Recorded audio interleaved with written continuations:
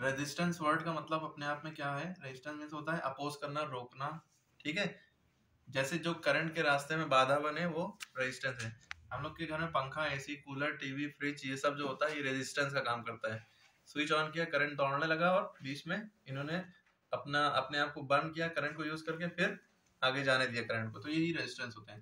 तो resistance in series, अगर series यानी एक लाइन में हो, और रेजिस्टेंस पैरेलल यानी कि ऐसे ऐसे है ना, यूं करके।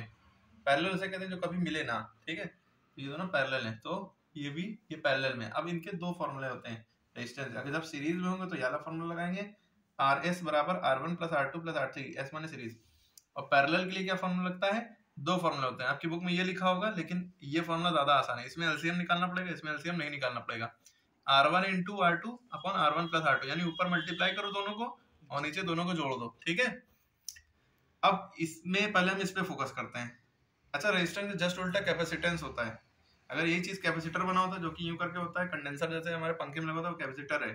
कैपेसिटर बना होता तो फॉर्मूला उल्टा हो जाता। जो रेजिस्टेंस का सीरीज का है वो कैपेसिटर के पैरेलल का होता है, जो रेजिस्टेंस के पैरेलल का है वो कैपेसिटर के पैरेलल का होता है, वो रेजिस्टेंस की सीरीज का, यानी ये इधर आ जाता है, ये इधर आ जाता है, ठीक है फॉर्मूला। अब हमें ये करना है, दोनों रेजिस्टेंस इन सीरीज है, सीरीज में एक लाइन में है ना, तो इनको क्या करो, R1 plus R2 plus R3, 3 है तो 3, 4 होते तो 4, R4 भी है तो 5 होते तो R5 भी आ जाता, 1 प्लस 2 प्लस 3, ठीक है, 2 और 1 3, 3 3 6। और ये जो आपको ये दिखा है ओम, इस सिंबल को कहते हैं ओम, OHM, इस सिंबल को क्या कहते हैं, ओम, ठीक है। तो यही आप रेजिस्टेंस की यूनिट ओम होती है, तो इसलिए ये ओम लगा के छोड़ देंगे। अब पैरेलल पे आते हैं। अभी हम इतना देखें खाली, ये दोनों पैरेलल है, इतना देखो, इतना छोड़ दो ना, ये दोनों पैरेलल है, तो हमारा फॉर्मूला लगेगा R1 into R2 upon R1 plus R2, यानी कि ये R1 है, ये R2 है, तो R1 इंटू R2 यानी कि 1 इंटू 2 अपॉन 1 प्लस 2। तो 1 इंटू 2 का मतलब क्या हुआ भाई, 1 इंटू 2, 2 1 दा 2 अपॉन 2 प्लस 1 3।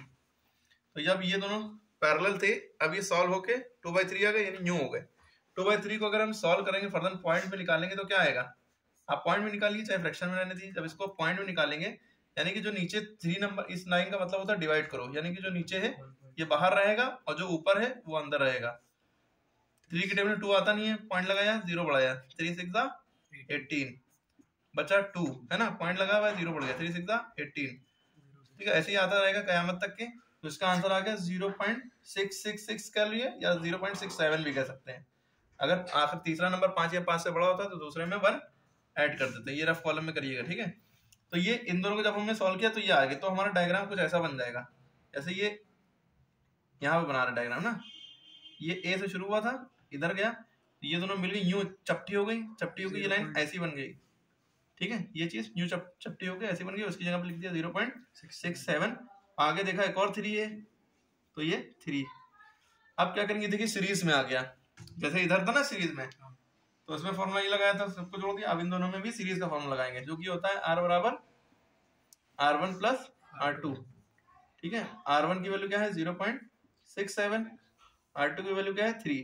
अब इन दोनों को जोड़ेंगे कैसे भाई, यहाँ पे हम जोड़ रहे हैं 0.67 और वहां पे 3 है, 3 में तो पॉइंट लगा नहीं है, तो 3 को हम ये लिख सकते हैं, ऊपर लिख लिए बड़ा है ना, 3.00, ठीक है। तो 0.33 नहीं लिख सकते, 3.00, ठीक है।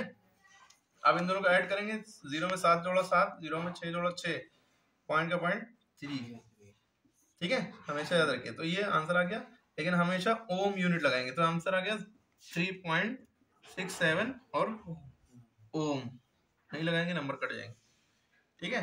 तो इसको इस तरह से ही होंगे, अगर रेजिस्टेंस 2 होते तो R1 प्लस R2 हो जाता, ठीक है। तो ये बहुत इंपॉर्टेंट है, 10th क्लास के बोर्ड में ये आ सकता है। इन दोनों में तो कोई सवाल इस तरह का यहाँ पे कुछ और लगा देंगे, करंट निकालना होगा, है ना, लेकिन ये तो बहुत बेसिक सवाल है जो तो आना ही चाहिए, ठीक है।